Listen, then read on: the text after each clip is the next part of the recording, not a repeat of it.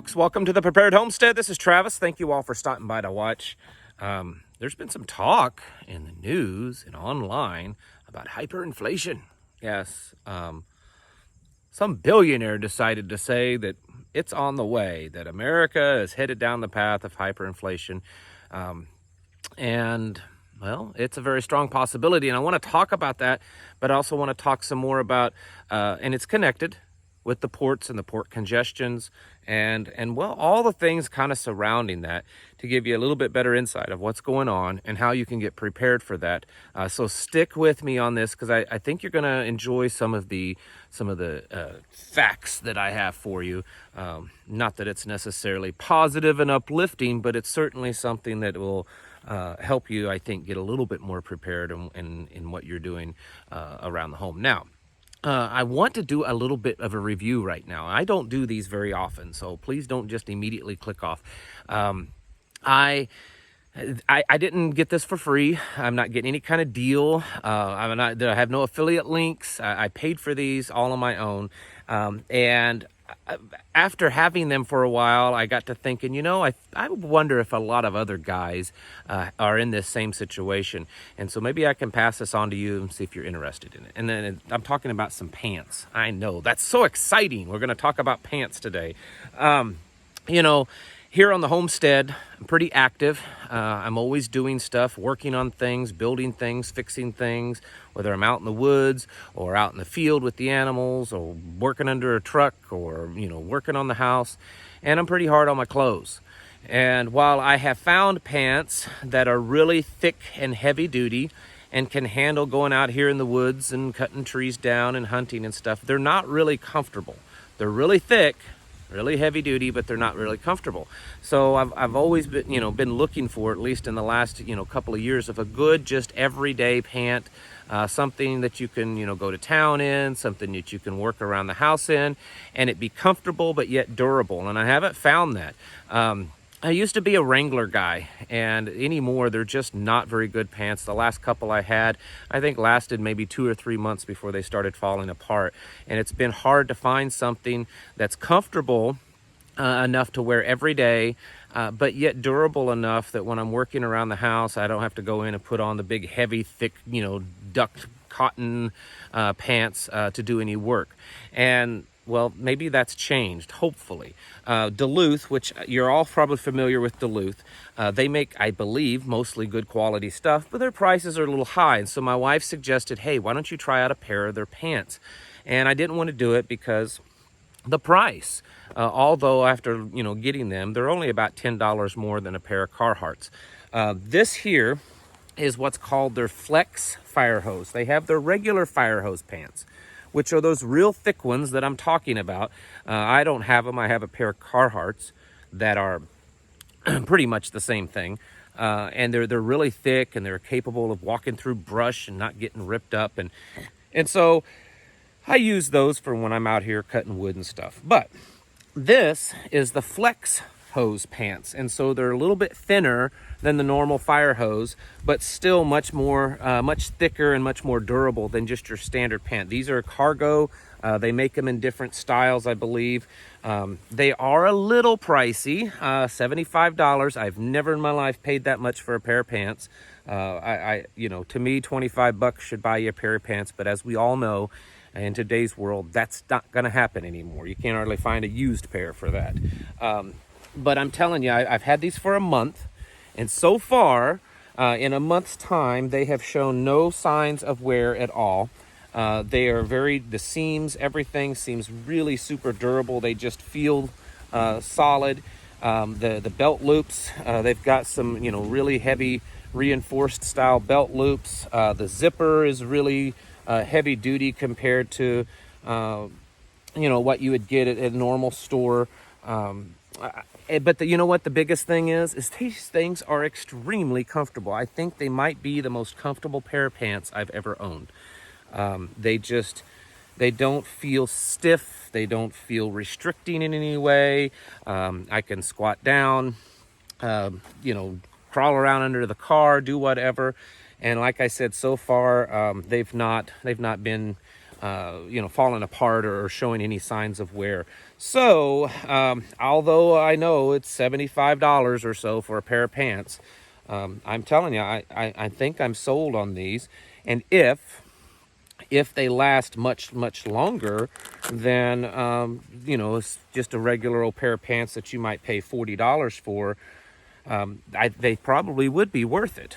So I just thought I would pass this along to you, because maybe there's some guys out there that are kind of like myself, that you're trying to find that in-between thing, something that's comfortable, nice enough that you can, go to town. You're not wearing some big old, heavy duty, stiff pants, but yet still strong enough that you can do things around the homestead and they not fall apart. So I just thought I'd pass that along.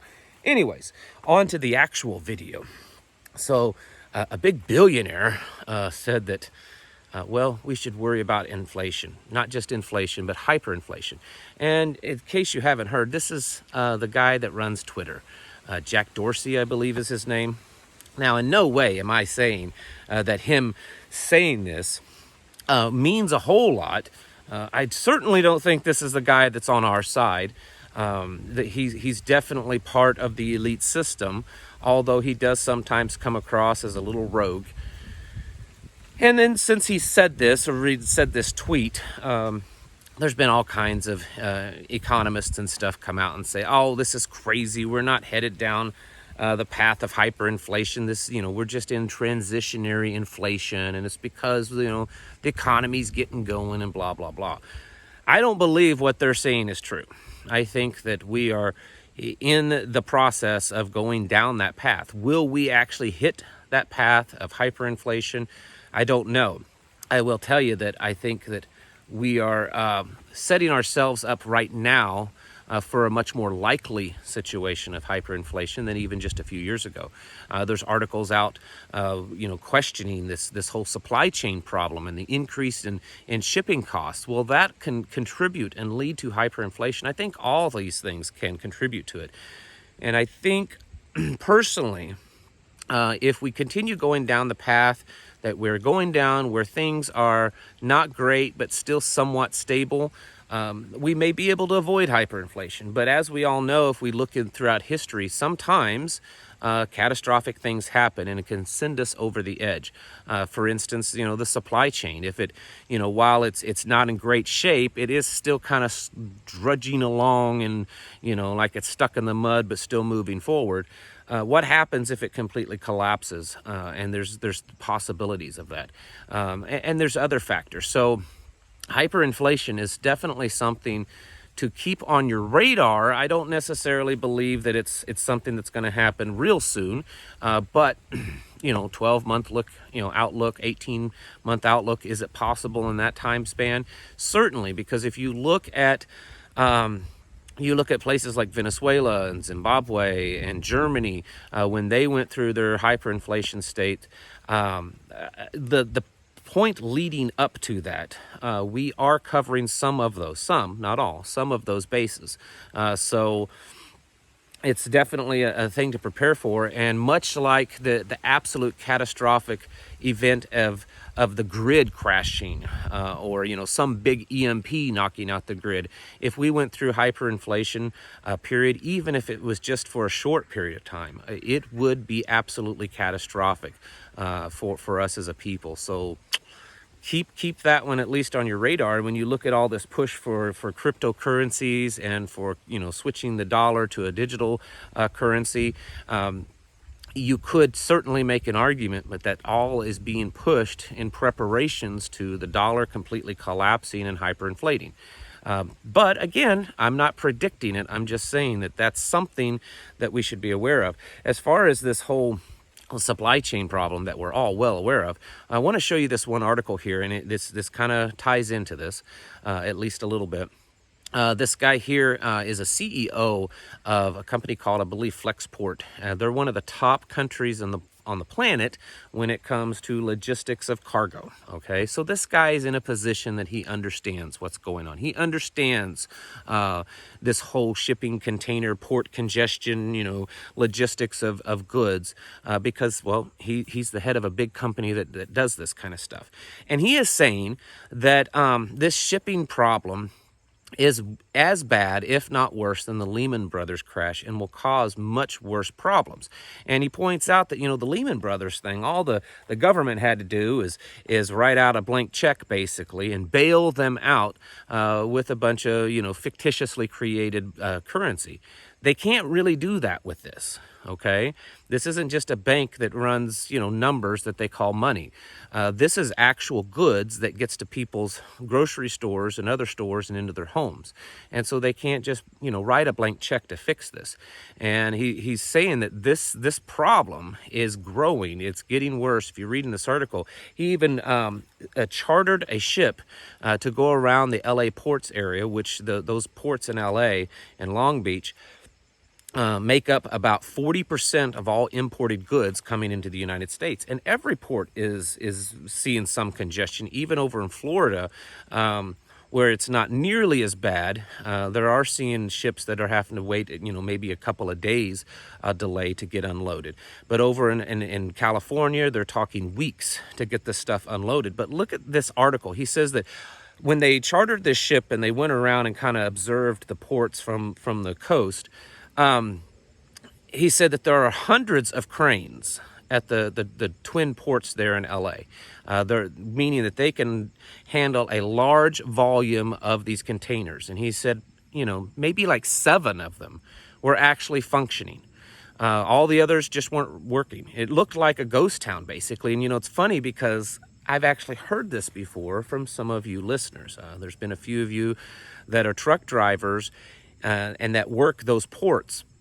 And I've gotten a few emails that tell me that same thing, of truck drivers saying that we just sat there and, usually these ports are just busy. Employees at the ports are working, the cranes, they're loading trucks up, moving people out. And that's not happening. He said it's like a ghost town. You sit there for hours and hours waiting for someone to load your truck because, well, no one's really working that much. Is this just happening? I mean, there's a lot of things that we've talked about that, could be causing this.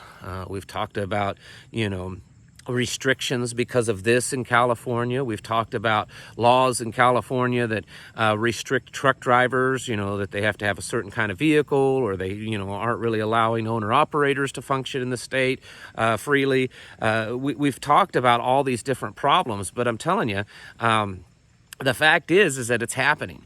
I mean, could it be more nefarious? I believe that there's something definitely nefarious going on. I mean, here's an article from the Naval War College Review, and this is very recent, and it's a 26-page article if you want to read it. And it's talking about how the major ports on the planet, not just in America, but about the top 30 or so major ports on the planet are either owned or somehow have a controlling part by the Chinese, by the communist Chinese. In fact, the top 5 ports here in the United States have some type of controlling interest from the CCP. And they break it down how it works, because if you just look it up on paper, for instance, if you look up the Long Beach port in California, their Wikipedia site or their main page says that it's a municipal, it's owned by the government there, and that kind of stuff. But it's not necessarily true. Some of these ports, while they may be owned by the local government or a state government or by a private company, a lot of times the actual running or managing of the berths where the ships come in and unload, a lot of times those are managed by the CCP. And so here we have, again, very critical infrastructure that we have, pushed off onto our what should be considered kind of an enemy, the communist Chinese, and that they are actually running those. Is that possibly a reason why? Are they doing something to purposely cause a slowdown? It's very possible. I'm not going to say that it is, but it's certainly something to be a little suspicious of. But, maybe we should just listen to the government for once and just hear why they say this is happening. Because here is the Deputy Treasury Secretary, Wally Ademo, I believe is how his name is pronounced, and he's flat out saying that this whole shipping problem, this whole logistics and supply chain problem, that it's not going to get better until everyone gets this. That's right. We're being blackmailed, basically. I mean, you know, you could look at it that way, that if you don't do what we're saying, this whole supply chain problem is not going to get any better. It's going to get worse. Watch this little video clip. But the reality is that the only way we're going to get to a place where we work through this transition is if everyone in America and everyone around the world gets vaccinated. I'm trying to figure out how everybody getting this is going to just miraculously fix the supply chain problem, unless someone is holding it back for the day that when that happens, they can say, oh, look, see, look, everyone got it, and now everything's fixed. Again, we don't fully know, but what we do know enough is that we should be getting prepared, that you know, the supply chain is just only part of the problem, but it's such a major part that, you know, things like inflation, things like collapses in other areas, for instance, you know, utilities and heat this winter can certainly be affected by this supply chain disruption and supply chain collapse. It's, you know, our whole system, this modern system that we have developed, while it may function, it only functions if everything is really functioning well. And the reality is it's very fragile because everything is so interconnected. Most everything is traded on such a global level that if things happen in various parts of the world or even in various parts of the system, it can cause a catastrophic and cascading effect across the board. And so really that, I think, is part of what we're seeing, that, you know, things like the increased in fuel costs and increased heating costs and seeing places that are actually cutting back on electricity usage around the world and even here in America.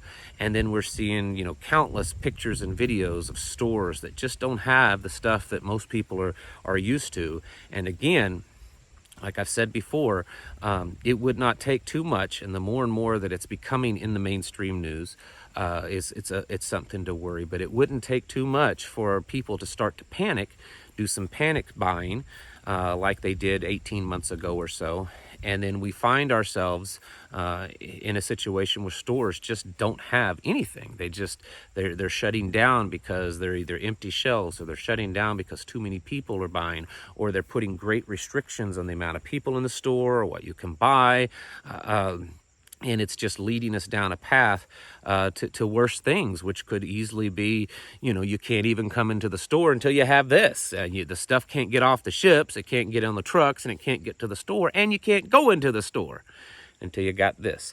So continue preparing, folks. Get your houses in order. Prepare yourselves mentally, physically, and spiritually, because we don't really live in the same world that we once did, and going back to normal, I think, is probably never going to happen. Thank you all for watching, and I'll catch you in the next video.